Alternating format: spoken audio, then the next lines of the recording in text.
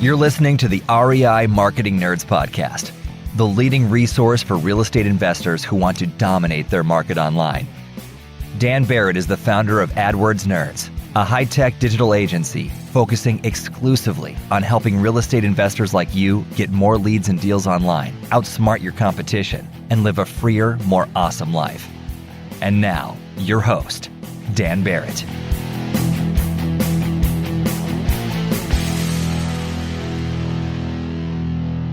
Hello, everybody. Welcome to this week's REI Marketing Nerds podcast. As always, this is Daniel Barrett here from AdWordsNerds.com. How are you? Hope you're having an awesome week. I'm a little throaty this week. It's, weather's doing its New England thing and making me a little raspier than normal. But this week, I've got a really interesting interview with Beau Kriedermann. Now, Beau is an investor in the Milwaukee area. And what Beau does really, really well is create an incredibly memorable and strong real estate investing brand around himself and around his own personality. And he's got a really fascinating story going from laid off and unemployed to just jumping both feet first into real estate investing. And he's had an incredible run. So without any further ado, I want to get into my conversation with Beau so you can glean some insights and value there. So let's get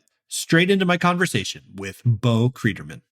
All right, I am here with Beau Kriedermann from BeauBuys.com. That's B-E-A-U buys.com. He's a real estate investor. He's out in the Milwaukee area, basically anywhere driving distance from Milwaukee.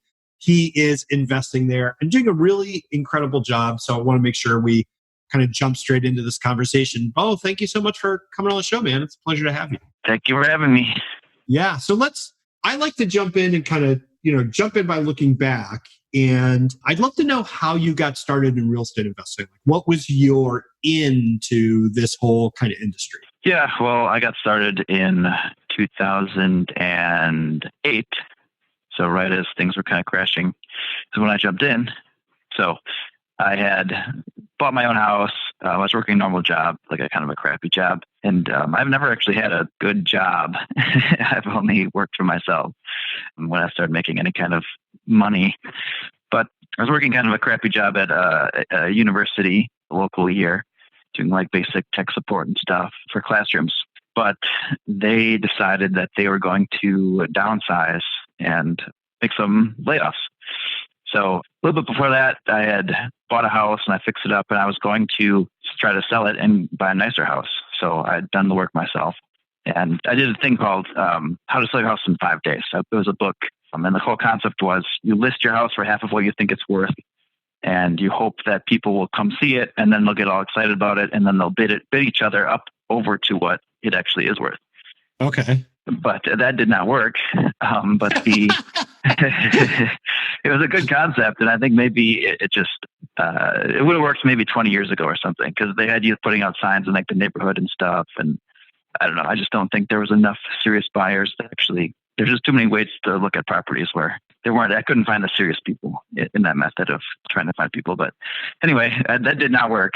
But in the process, since I listed my house for so low initially, I met a real estate investor that came to see the house, and they kind of showed me how to get started, like buying a different house, or I kind of shadowed them and followed them around. So they actually wholesaled me a house just because they wanted to make a deal happen too. So it wasn't the best deal in the world, but at least got me started. So I bought that house and I was renting it out. And I think I bought one other house, and then that's when I got laid off. So I had two houses that I had never actually made any money, really. Got a couple of rent checks from the one I did rent out, but I had not actually succeeded in any way, shape, or form at that point. But I just decided to make a go of it and go full-time into real estate. So I did one, and there were some pretty dark days there for a while, but you do one and it works out, or you make $5,000 at it or something. And then you figure some things out, and then you do another one, and you do another one. And you just kind of keep building and keep learning, and slowly, very slowly, just keep putting things together. And I did a good job of just saving my earnings and reinvesting into the business rather than buying a bunch of crap or whatever. So that's kind of how I got started. Just kind of built over time. It blows my mind that it's just like how this all started for you was you were selling your house and you just happened to meet an investor. And it's like, it's been really surprising to me. A lot of people kind of start because of something like that. So what I'm so curious about is I think 9 out of 10 or 9.9 out of 10 people that went through that exact same experience, they would not have made the decision to pursue real estate investing. They would have gone out, gotten another job, right? Right. So I'm so curious, when you were in that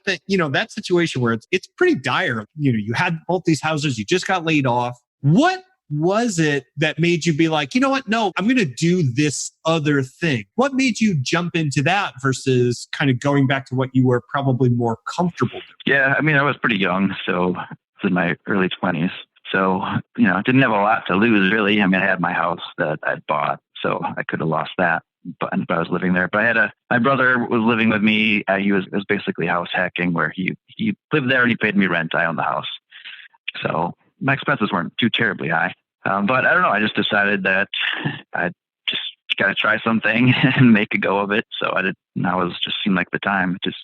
I didn't want to get another crappy job and start over, working for somebody else. So I just tried this, and it ended up working out. It did not work out at all at first. I mean, there's a steep learning curve. There's a lot of competition, but just gonna keep plugging away and read stuff online, read some books, try things, and some of them don't work, some of them do work, and you just kind of take one step at a time. What is the Milwaukee kind of market like? Let's kind of flash forward to what you're doing now. How would you describe that market? Is it competitive? How do you think about where the market's at right now? Yeah, it is very competitive. In the last couple of years, it's gotten, I think everywhere is very competitive. Yeah. There's a lot of people. The thing I run into a lot is a lot of new people are starting. So a lot of new people that don't know what they're doing. So they jump in and they meet with potential sellers and they make offers that are too high, and then they don't close, but then the seller's expectation is really high. So that's hard to talk them into your lower offer. Like, oh, I just had this other offer from 2 other people that was 30,000 more than yours. So, right. But they didn't close. And then there's just, even when you do go on another appointment, you're usually competing with a couple other people typically. But I think that's how it is everywhere. You just gotta keep trying and, make your best offer or try to build rapport with the seller, and some of them work, some of them don't. I think sometimes people are paying too much and you don't get those deals, but I don't know. You just keep plugging away, as I said before. Yeah. Well, so something that you've done really well is, and I really encourage, so everybody that's listening to this, if you're an investor, I mean, definitely if you're a seller, but if you are an investor, go check out Beau's website. So you can see his website at beaubuys.com, which is BEAU buys.com. And one of the things I love about that, so first of all, I love the domain, I love the name, right? And and if you go check out this website, you are front and center on the website. Mm. And one of the things that you've done really well, that's actually super rare, is you've made yourself into a brand. The whole effect of that, going to that website, is I go there, I see you've got, like, on the current version, and I don't know, if you're listening to this in the future, who knows what this website's going to look like. But in the current version, you're literally holding a briefcase full of cash, which is really amazing. And I immediately am like, I know what you look like. I have a sense of your personality. You've done a really good job of turning yourself into recognizable brand. I'm wondering if do other people do that in your market, or is everybody kind of anonymous? What has that whole process been for you? Have you seen an effect from it? Yeah, I don't think anybody else really does that in my market. That's kind of the reason I tried to do it that way, is to have some kind of differentiation. You just have, if you Google "we buy houses," you see a lot of just kind of bland, generic picture of some big house that is too fancy for an investor to buy anyway, and then a bunch of pictures of smiling families in a field, just generic where photos. There is no house. They're just in an empty field with the sun setting behind them or whatever. Yeah. I guess they sold their house. They don't have a house anymore, so maybe that's why they're there. But they sold it and demolished it. Yeah. Right. So, so I figured I'd, show myself off a little bit, and because that's who I'm just a one man show at this point. So I do have an assistant that does some stuff, and I have contractors that do the work. But as far as who you're dealing with when negotiating, it's going to be me. So they can see me before I actually meet with them, and they know who they're meeting, and it's kind of like building a little bit of rapport even before you meet them, because they already know what you look like. They already have some kind of idea of who you might be, and then you show up and that's you. Yeah. I also did briefly I had a TV commercial on television, which is where the briefcase full of money, or the original briefcase full of money was. I actually got $10,000 in singles, and then I put straps that made them look like hundreds of dollars instead of single dollars. And I just was throwing money at the screen and stuff and talking about buying your house. But so then on those, like when you met people after they saw that, you could actually see the stars in their eyes. Oh my God, it's that guy from TV. He's meeting with me. Wow. Yeah. Which is because they already see you as like a leader at that point. Yeah. I mean, it's really interesting, the effect that has.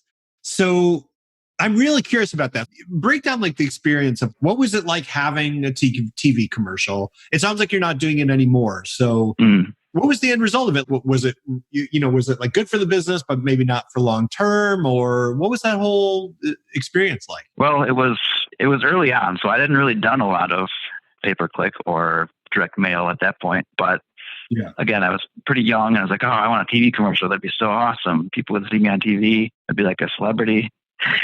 So it was almost more, it was like 50-50%, like wanting to be on TV and also wanting to do real estate deals. So,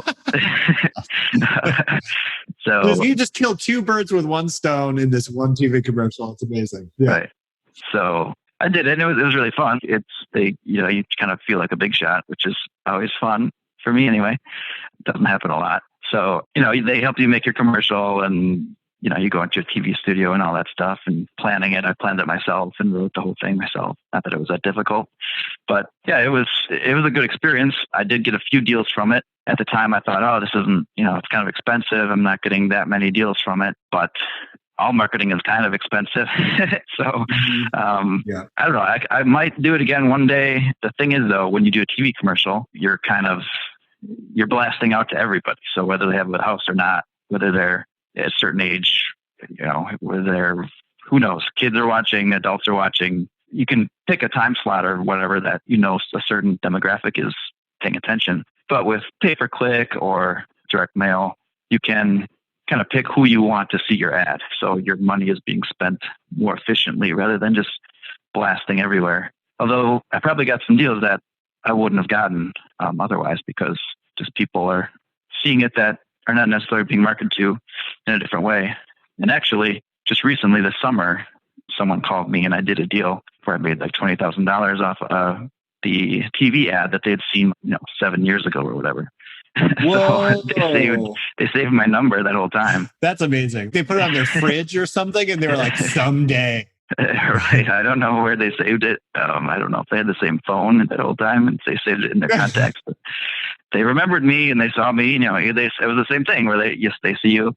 I don't have any hair now, which I did then. But okay. I was going to say, I was like, maybe they remember the shaved head or whatever. But no, okay. I didn't have. I had a small. I hadn't committed to the shaved head at that point. So, right. And actually, I wore a hat when I had the meeting. So, and then I did not wear that clothing. Like, oh, you look different. But, well, so. As a fellow shaved head brother, I'm a big fan of the shaved head. So I'm into it. Want to find motivated seller leads online, but don't know where to start? Download our free 2019 Motivated Seller Keyword Report today. AdWords nerds have spent over $5 million this year researching the most profitable keywords for finding motivated seller leads. And you can grab these exact keywords when you download our report at www.adwordsnerds.com/keywords. Yeah, I mean, it's so interesting with TV. I think you're right. One, TV is one of those things where its strength and its weakness is that it casts such a wide net. right? So exactly right. You're going to get deals no one would ever have gotten because no one's going to knowingly target this random person, right? But then the downside is it's pretty indiscriminate. But I also think too, there's something really interesting that happened. I think TV is one of those things, and I don't know this for a fact. I'm not a TV expert. You know this. Online is my thing. But TV's always struck me as one of those things where a lot of the value is running the commercial forever, right? There's a guy I live in Connecticut. There's a guy in our area. He was like a pawn shop guy, right? And he ran TV commercials here forever. And it was good old Tom. That was the thing. And when it's like all the commercials look the same as someone's like, I sold my earrings to Tom and he gave me $100. Good old Tom, like really awkward, really weird. Right. And he ran those commercials for like literally over a decade. And he's since passed away and his kids do it and they do the exact same commercials. And it's like, I still remember that. I've never gone to a pawn shop in my entire life, right? Yeah. I still remember the guy. So I think a lot of it's that cumulative effect of just, like you said, like that person saw that commercial like 5 years ago or whenever it was. That's pretty amazing. That kind of thing doesn't happen online. Yeah. I did try to make it where you have, some kind of hook. So my hook was, like I said, I had hair at the time. So I actually dyed a blue house into my hair. And then I said, my hair may be blue, but my heart is gold and my money is green. And that's when I held up the cash. You're willing to commit to it, man. I think that's what makes it work. You know what I mean? No one else is dyeing blue houses in their head. I think that's pretty amazing. Yeah. Now that you shaved your hair, you just need to get a head tattoo. I'm sorry to break it to you. Maybe that's the thing. Yeah. So what kind of deals are you focused on now? What's the current structure of your business? Yeah, I'm pretty broad. So I buy pretty much any house. I try to stay away from 2 bedrooms because they're harder to sell and harder to rent out. Most families want to live in at least 3-bedroom house. I like in our area we have basements, so I like to have a basement. Again, basements are harder, or houses without basements are more difficult to sell, more difficult to rent. So, and then I like to have a garage because people want to keep their stuff out of the snowy winter here in Milwaukee, so they like to have a garage. And condos are kind of tough just because the condo association, you never know what rules they're gonna put in there, and you got to pay this monthly fee and stuff. So I try to stay away from condos too. But other than that, I pretty much buy any house within an hour of Milwaukee. So I do buying to fix up and resell. I do those in kind of the more suburban areas. In the city, I do have also a portfolio of rentals. I'm also a landlord. So I do have quite a few rental properties that I hold on to. Those are single family duplex. And I do have a triplex as well. So I kind of have several different real estate businesses. So I do the flipping and I also do the landlording. So I do both. So that kind of lets me buy a variety of different homes because I have different things I can do to each type. And so those like preferences. So like you're saying, like, you want the garage, you want the basement, stuff like that. Was that something that you knew when you got started, or was that just the experience of going through it and being like, this house was harder to sell? Was it kind of a conscious decision, or was it just born from the experience? Yeah, I forget where exactly I learned that. I think maybe just looking at comparable sales, so you can see, like this one really didn't sell very well. It didn't have a basement, and I think someone else may have gotten burned, like that I kind of knew or heard about, that tried to sell a house without a basement, and I was like, oh, I should probably stay away from that. And then just the more you do, the more you see in your market. Go, yeah, that's sells for almost half the price if it doesn't have a basement, or the 2-bedroom is just not as desirable. It just comes with experience. It just comes with looking at a bunch of houses. That's kind of key to the whole industry, is knowing the market. So knowing what things will sell for. Looking at comparables. Looking back, because you've done a number of things, and you've kind of it's interesting. Your whole journey into this real estate investing thing was part necessity as well as part desire, right? Mm-hmm. The thing that stuck in my mind was earlier, you were like, I've never had a good job outside of this one. And I immediately I feel the exact same way. Well, and it's like, I used to be a teacher, and I should change that. Like, I loved teaching, but I was never 100% happy there. I'm wondering if just looking back on all this, do you feel you just couldn't be happy being an employee? Was it that you were just, you're not cut out for that? You were meant to kind of do your own thing? Or was it just, you just hadn't found the thing that you really like to do yet? I'm not exactly sure. I mean, honestly, I was only employed, from any job, whether it be fast food or this job at the university for 5 years or whatever total, like my whole employment history from being a teenager until when I got laid off from this other, I think I made at my highest earning time, I was making under $30,000 a year as an employee. Like I was making $1,365 or something. So I never had a really strong middle class job ever. So I don't really know. I don't know if what would have been exciting or made me happy as far as being employed, but it is a lot. I think it is, looking back on it now that I have, worked for myself for over 10 years or about 10 years now, I do think I probably wouldn't have been happy working for somebody else just because, I like to have the time off and you like to feel like you're in charge. You like to feel you can have unlimited potential and your decisions matter. And reporting to somebody, I don't know if I would have liked that so much. So someone else, some people ask me like, oh, would you work? You could get a job doing this. And I was like, oh, they can't afford me for the amount that they'd have to pay for me to work for somebody else at this point. Even just without thinking about the income, comparing income wise, they'd have to pay me more just because I'd have to be under someone's schedule and, thinking about working for somebody else and not in control. So there's also a cost to that as well. So I'd be happier making less money if you have control your own destiny type of thing. I mean, it's funny, man. It's hard for me to tell whether it's nature or nurture, but I do know that what tends to happen is you get a taste of that freedom. And that's just like you said, the sense that what you're doing is important and it just ruins you for other jobs. It's just, we're both ruined forever. Like we can never go work for anybody. We could, but nobody wants to. You know what I mean? So I think that's, if anybody's listening to this and you're thinking about it, just go into it knowing that that's how it tends to go. Hey, Beau, thank you so much, man. For people that want to follow up with you online or want to learn a little bit more about you or what you're doing, what's the best way for people to kind of get in touch with you on the internet? You can go to my website at beaubuys.com.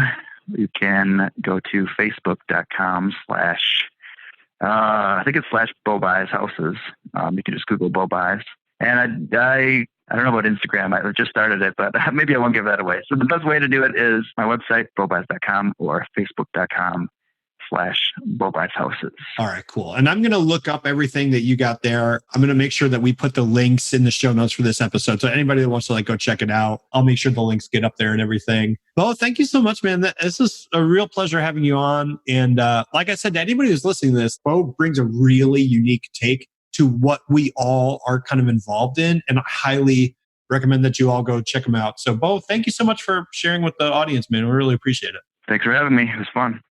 That's it for this week's episode of the REI Marketing Nerds podcast. As always, you can see show notes for this episode and all our past episodes at adwordsnerds.com. And if you are not in our free Facebook group, you need to do that. I post amazing stuff in there every day. You're missing it. I'm telling you, it's amazing. You can get there by going to adwordsnerds.com/group. That's adwordsnerds.com/group, or just go on Facebook, search for REI Marketing Nerds. You will find it. Listen, everybody, I hope you're having an awesome week. I can't tell you how grateful I am for everybody that listens to this podcast, and that means you. So thank you so much, and I will talk to you next week. This is Daniel Barrett signing off.